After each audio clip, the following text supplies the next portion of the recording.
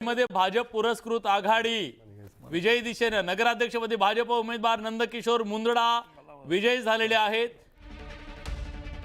आमदारकी सुद्धा त्यांच्याच घरात आहे। केची आणि अंबाजोगाईची ही निवडणूक त्यांनी जिंकलेली आहे। मगाशी बालाजींनी जो प्रश्न उपस्थित केला तर मला त्यांना तेवढंच सांगायचं, शिरोमणी अकाली दल करतील तुमचं हो असं जे ते म्हणाले, तर शिरोमणी अकाली दलाचं काय झालं आणि भाजप बरोबर त्यांचे काय संबंध होते आणि का बिघडले याच्याकडे त्यांनी लक्ष दिलं पाहिजे।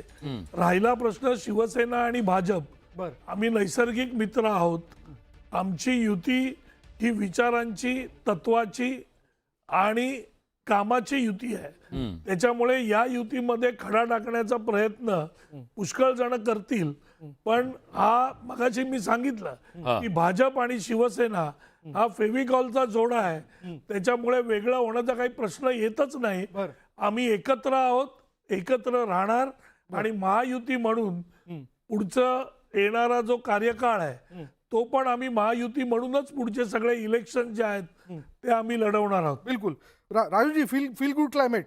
एक महत्त्वाची बातमी समोर येताना दिसते। सोलापूरमधनं मोहोळ नगर परिषदेत शिवसेना शिंदे गटाच्या सिद्धी वस्त्रे नगराध्यक्षपदी विजयी झाल्यात, तर लांजा नगरपंचायत महायुती नगराध्यक्ष सावली कुरूप ह्या विजयी झालेल्या आहेत। तर जालन्यामधनं देखील ब्रेकिंग समोर येताना दिसते।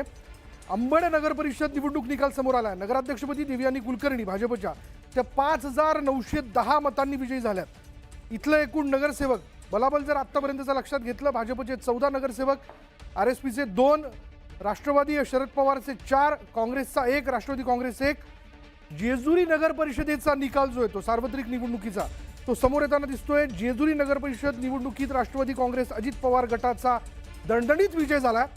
नगराध्यक्षपदी जयदीप बारभाई विजयी झालेत। राष्ट्रवादी काँग्रेस अजित पवार गटाचे 17 उमेदवार इथं विजयी झाल्याचं कळतंय।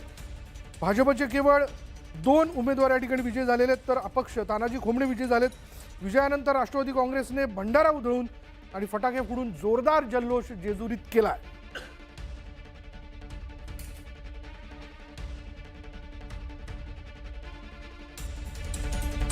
चला आता या क्षणापर्यंतचा अपडेट आपण जाणून घेऊयात।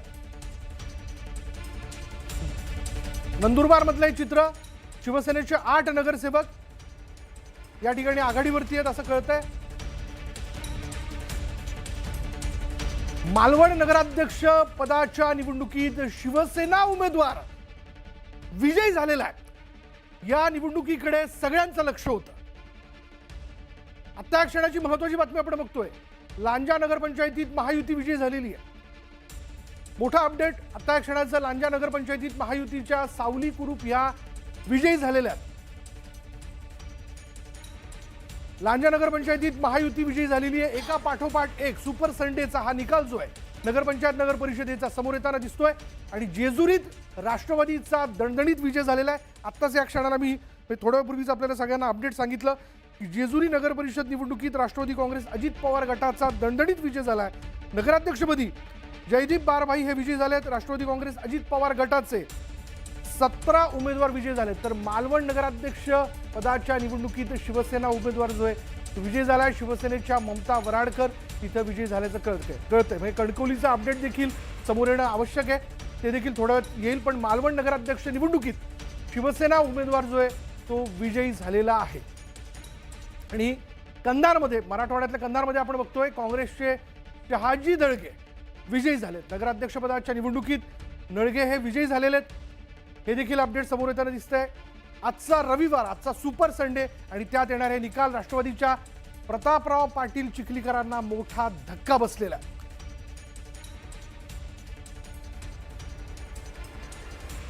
आणि हा एका पाठोपाठ एक निकाल जो आहे तो समोर येताना दिसतोय। जालन्यातील अंबडमध्ये देखील भाजपचा विजय झालेला आहे। रावसाहेब दानवेंनी याबद्दलचा विश्वास जो आहे तो व्यक्त केलेला होता। अंबडमध्ये भाजपच्या देवयानी कुलकर्णी या विजयी झालेल्या आहेत।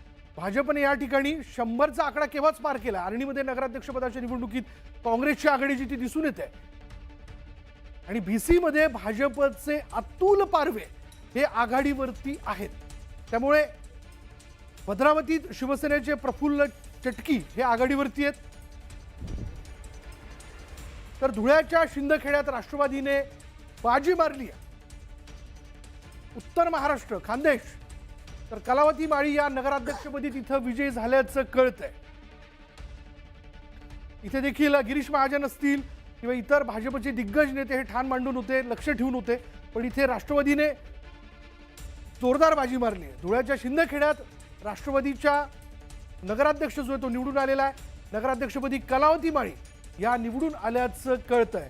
तर मनसरमध्ये शिवसेनेचा नगराध्यक्ष जो आहे तो निवडून आलेला आहे. म्हणजे भाजप पाठोपाठ शिवसेना शिंदे गट देखील जोरदार आघाडीवरती असल्याचं पाहायला मिळतंय. आमदार वळसे पाटलांना या ठिकाणी मोठा धक्का बसलेला आहे. तर कारंजामध्ये MIMचे 6 उमेदवार जे आहेत ते विजयी झालेले. माफ करा, साताऱ्यात भाजपचे 5 नगरसेवक विजय झाल्याचं कळत आहे. साताऱ्यात भाजपने आपली आघाडी कायम ठेवलेली आहे. निकाला म्हणजे मतमोजणी जेव्हा सुरू झाली तेव्हापासून भाजपची आघाडी जी ती या ठिकाणी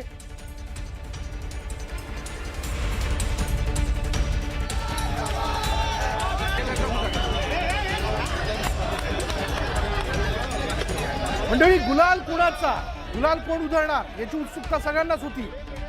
आणि आता विजयाचा जल्लोष जो आहे तो ठिकठिकाणी केला जातोय.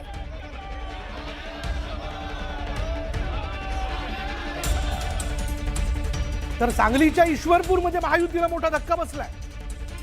राष्ट्रवादीच्या जयंत पाटलांनी एक हाती सत्ता जी आहे ती उडून आणली आहे. ईश्वरपूरमध्ये राष्ट्रवादीचे म्हणजे राष्ट्रवादी शरद पवार गटाचे 23 नगरसेवक या ठिकाणी विजयी झालेले आहेत. सांगलीच्या ईश्वरपूरमध्ये महायुतीला मोठा धक्का बसलाय.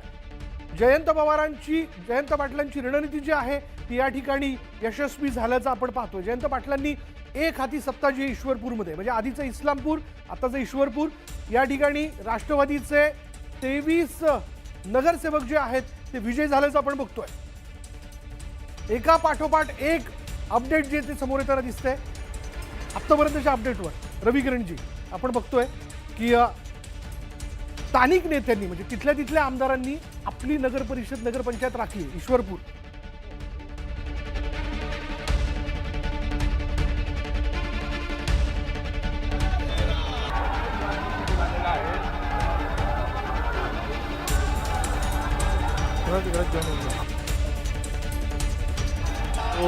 हा याच्यातनं परिवर्तित होतो की जयंत पाटील यांना राजकारणामध्ये त्रास दिला जातोय. जयंत पाटलांची कोंडी केली जाते आहे.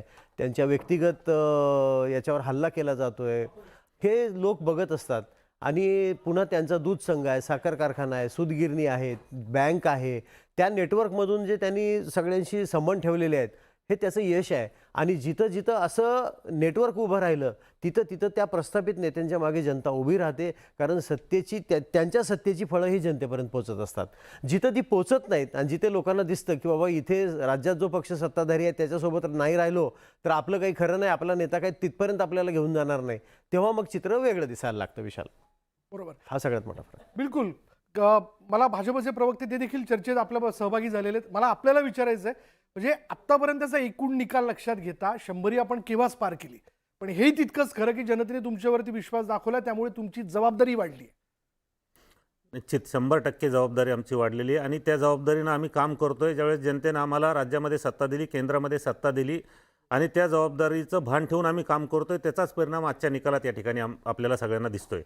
ज्यावेळेस आपण सत्ता आपल्याला मिळते त्या सत्तेचा सदुपयोग जनतेच्या हितासाठी केला पाहिजे, जनतेला न्याय देण्यासाठी केला पाहिजे. आणि ज्यावेळेस आपण जनतेला न्याय देण्याच्या भूमिकेत असतो, न्याय देतो, त्यावेळेस त्याचा परिणाम म्हणून निवडणुकीत असे रिझल्ट आपल्याला या ठिकाणी बघायला मिळतात. आज राज्यात आपण बघितलं असेल, या राज्याचे मुख्यमंत्री सन्माननीय देवेंद्रजी फडणवीस साहेब असतील, आमचे प्रदेशाध्यक्ष रवींद्रजी चव्हाण साहेब असतील, बावनकुळे साहेब असतील, आमचे सगळे भाजपचे नेते असतील आणि विशेषतः भारतीय जनता पार्टीचे गावखेड्यातले शहरातले सगळे तळागाळाचे कार्यकर्ते असतील, बूथवरचे बूथ प्रमुख असतील, या सगळ्यांच्या मेहनतीला आज या ठिकाणी फळ येताना दिसतंय.